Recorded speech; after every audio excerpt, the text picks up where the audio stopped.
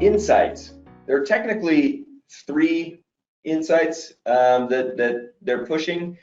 There really are 4. We mentioned market insights earlier. That's still in that transition from the old social engagement to market insights, where it's pulling in demographic data. But the ones that I wanted to just give a quick preview on today, sales insights, that is part of sales enterprise, as long as you have, I think it's 10 users on sales enterprise.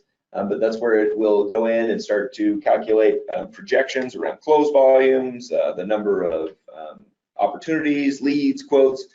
Highly recommend that people go in and set up a trial for that. And then customer service insights is something that we use a lot when we do bots, because it uses the data that is collected from your customer service data. So all of your case information, and that's kind of the screenshot in the background a little bit.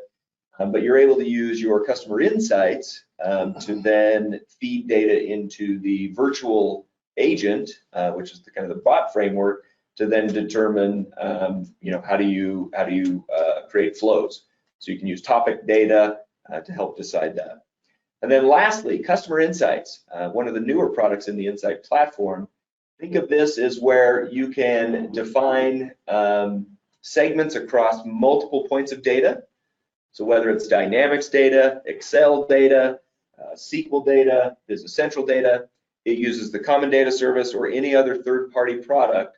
You can tie that data together. You call it unifying the data, but then you can actually start to build all these little tiles that are on the right and create measures and business variables, and you can reuse those in other applications. So I can take that churn score and put it in a Power App or on a SharePoint site or in Business Central or in Dynamics customer engagement. It's a very powerful tool when you need to tie data together to just crunch a quick measure and also create a contact card.